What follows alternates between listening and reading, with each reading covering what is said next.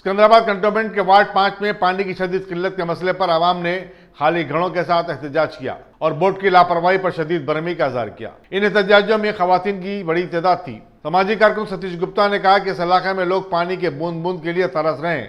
मकामी एमएलए साइना से नुमाइंदगी भी की गई, लेकिन अब तक उसका कोई हल नहीं निकला। चुनांचे वो बोर्ड के दफ्तर और एमएलए के घर पर अनकरीब धरना देंगे।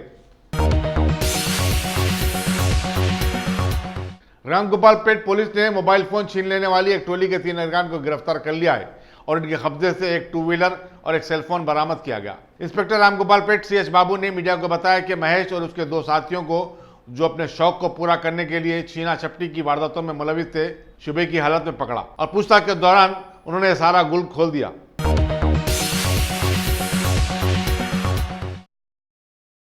जेएचएमसी के कुतुबुल्लाहपुर सर्कल में शराब की एक दुकान के मालिक को सड़क पर कचरा फेंकने और दुकान को साफ सुथरा न रखने पर 50,000 रुपए का जुर्माना किया गया। बल्दी अमले ने आज इलाके में चेकिंग के दौरान पाया कि दुकान के मालिक ने शराब के डब्बे सड़क पर यूं ही फेंक दिए थे।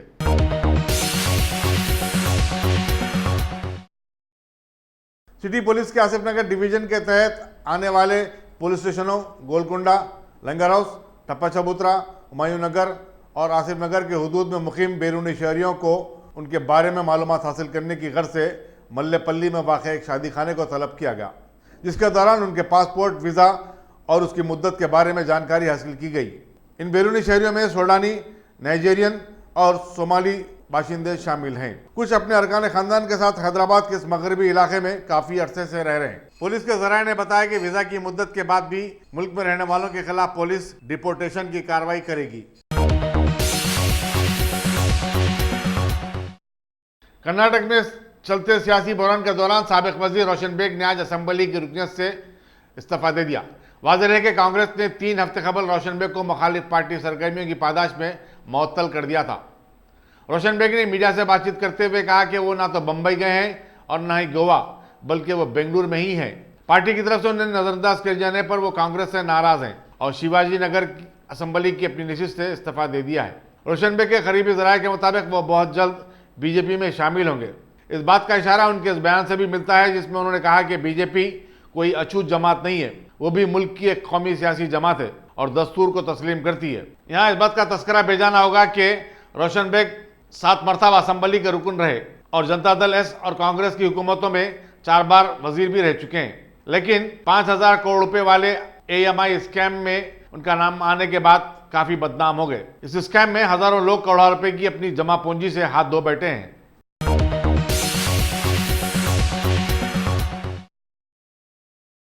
कर्नाटक में जारी सियासी उथल पथल का मसला आज लोकसभा में दूसरे दिन भी जेर बहस आया।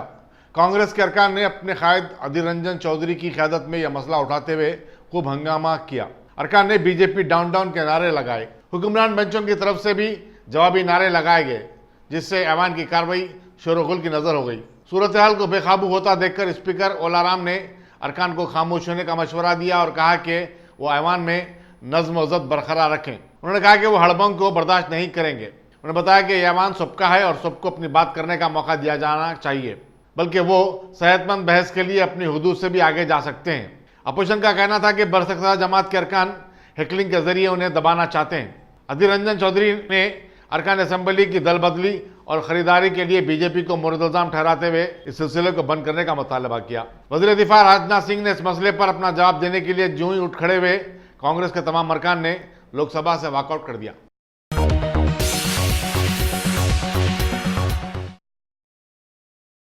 सुप्रीम कोर्ट ने मुस्लिम खवातीन को मस्जिदों में दाखिले की इजाजत देने और हिजाब के तरीके को बर्खास्त करने से मुताल्लिक हिंदू महासभा की केरला यूनिट के सदर की दरखास्त को ये कहते हुए खारिज कर दिया कि तुमको इससे क्या लेना देना है और तुम कौन होते हो ऐसी बात करने वाले। चीफ जस्टिस रंजन गोगोई ने स्वामी डी साई स्वरूपनाथ की दरखास्त को समाअत के लिए कबूल करने से इनकार कर दिया। हिंदू महासभा को केरला हाईकोर्ट में भी मुंह की खानी पड़ी थी, क्योंकि उस अदालत ने भी उनकी दरखास्त को मुस्तरद कर दिया। सुप्रीम कोर्ट के बेंच ने कहा कि मुस्लिम खवातीन का मसला है, इसके बारे में उनको ही कुछ कहने का हक है। सुप्रीम कोर्ट ने सस्ती शोहरत के लिए ऐसी दरखास्तें दायर करते हुए अदलिया का वक्त ज़ाय करने वालों पर अपनी नापसंदगी का इजहार किया।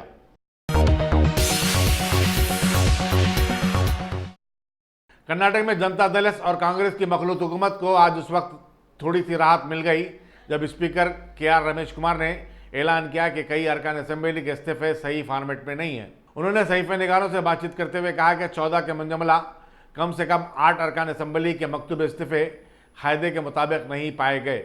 उन्हें यह मालूम करना होगा कि आया इन अरकान ने किसी दबाव या लालच के तहत इस्तीफा तो नहीं दिया। उन्हें इन मुस्तफ़ीशुदा अरकान असेंबली से इस सिलसिले में शख्सी तौर पर बातचीत भी करनी होगी। 2 आज़ाद अरकान असेंबली की हुकूमत से तायीद से दस्तबरदारी से मुतालिक सवाल पर स्पीकर ने कहा कि ये उनकी मर्जी का मामला है। रमेश कुमार ने बताया कि उन्होंने गवर्नर को मुत्तला किया कि वो दस्तूर के पाबंद हैं और हर काम दस्तूर के मुताबिक ही करेंगे। उन्होंने गवर्नर को यह भी बता दिया कि किसी भी नाराज रुकन असेंबली ने उनसे अब तक मुलाकात नहीं की। चैतन्यपुर इलाके में एक 22 साल नौजवान ने अपनी माशूका का गला काट दिया और खुद भी खुदकशी की कोशिश की।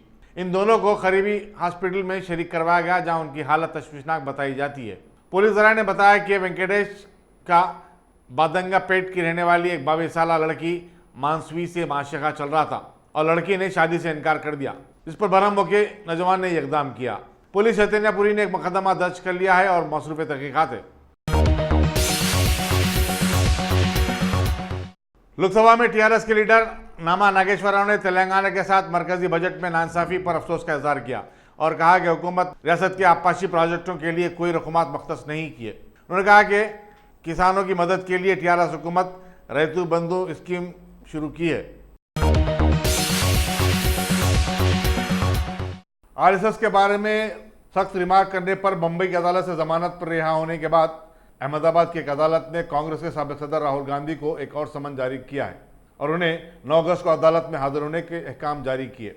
अप्रैल में बीजेपी के उस वक्त सदर अमित शाह पर मुतनाज़ा रिमार्क करने के सिलसिले में बीजेपी के एक रुकन ने राहुल गांधी के खिलाफ एक मुकदमा ठोक दिया था।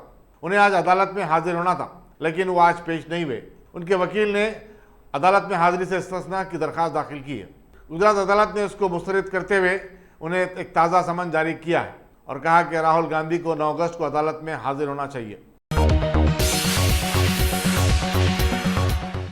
वज़ीर-ए-आज़म नरेंद्र मोदी ने महात्मा गांधी की 150वीं यौम पैदाइश की मुनासिबत से पार्टी के तमाम अरकान पार्लियामेंट को 150 किलोमीटर की पदयात्रा करने की हिदायत दी।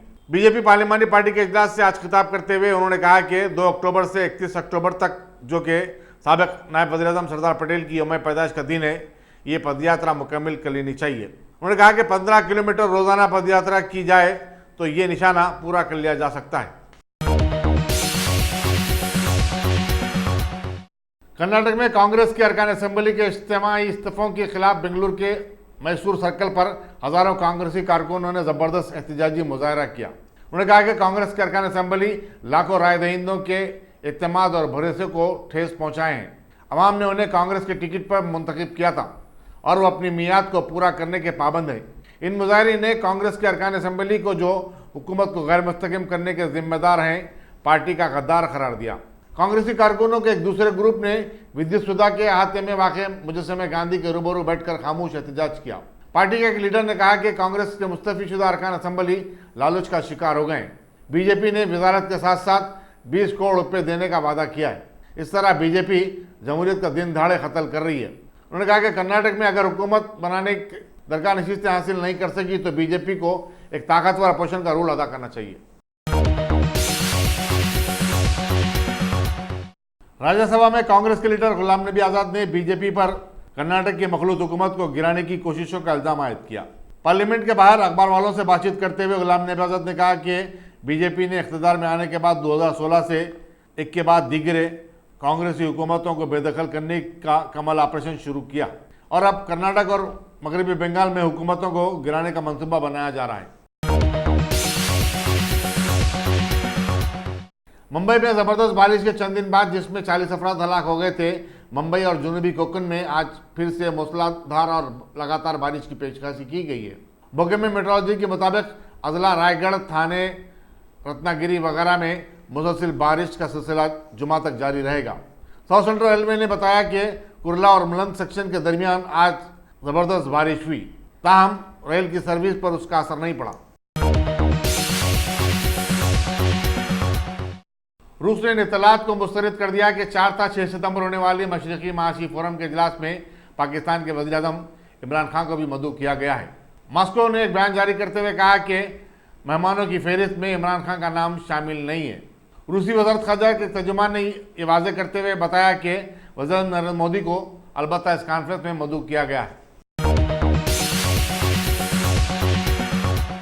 रियासती हज कमेटी के चेयरमैन मोहम्मद मसीहुल्लाह खान ने आज एक प्रेस मीट में बतलाया कि शहर हैदराबाद, सिकंदराबाद और रंगारेड्डी अजलाओं के 2019 के मुंतखब आज़मीन हज के लिए हज हाउस में सह रोज़ा टीका अंदाजी मुहिम का एहतमाम किया गया है। लिहाजा तमाम आज़मीन हज इस माह की 11, 12 और 13 जुलाई की तारीख़ों में हज हाउस आकर मुंतखब करदा स्लिप्स बतलाकर वैक्सीनेशन ले सकते हैं। जिले संगारेड्डी के कांग्रेसी एमएलए जग्गा रेड्डी ने आज एक प्रेस मीट में बतलाया कि उनका हल्का इंतहाई खुश्क साली से गुजर रहा है।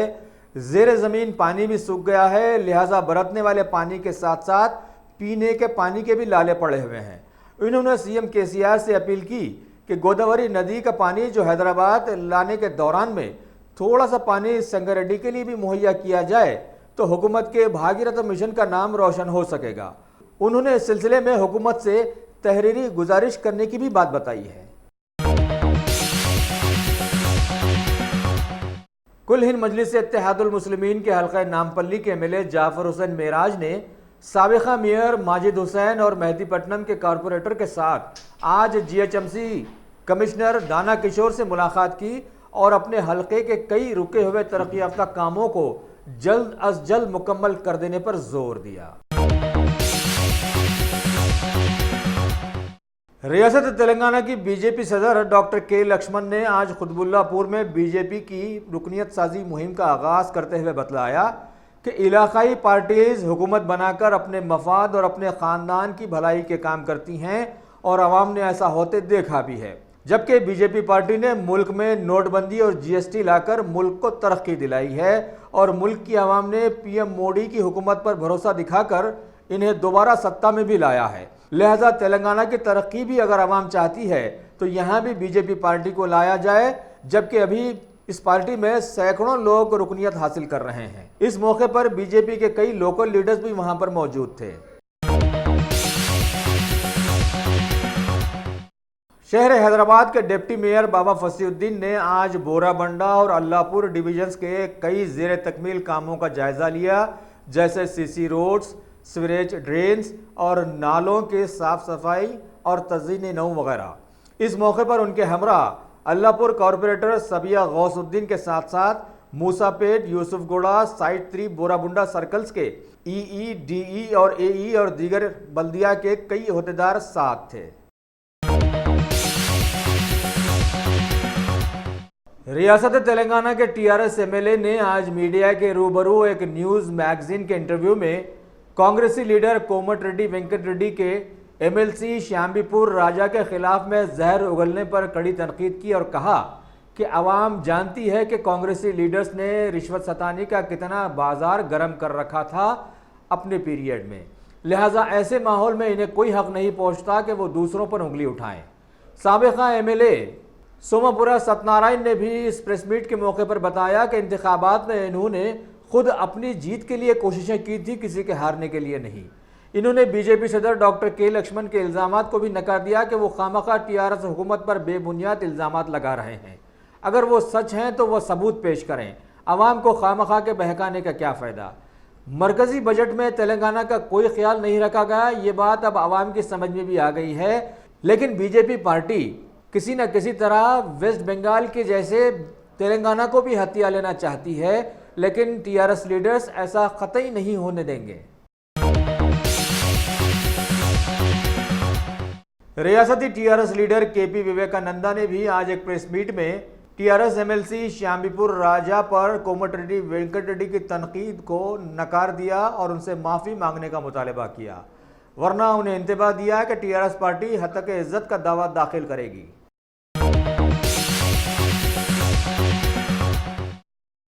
शहर हैदराबाद के बोराबंडा इलाके से अरसे दराज से जहेज के नाम पर कुर्बान कर दी जाने वाली सैकड़ों दुल्हनों के साथ आज एक 7 माह की हामिला की भी कुर्बान कर दिए जाने की अफसोसनाक खबर मिली है। बताया गया है कि सफदर नगर के साकिन शेख अकबर से महलूका की शादी हुई थी, तभी से उनके घर वाले मजीद जहेज पर उन पर जबर करते हुए कासिम बी की जिंदगी अजीरन करके रख दिए थे। बिलाखिर अंजाम उनकी मौत पर खत्म हुआ, लिहाजा पुलिस ने केस दर्ज करके तहकीकात शुरू कर दी हैं।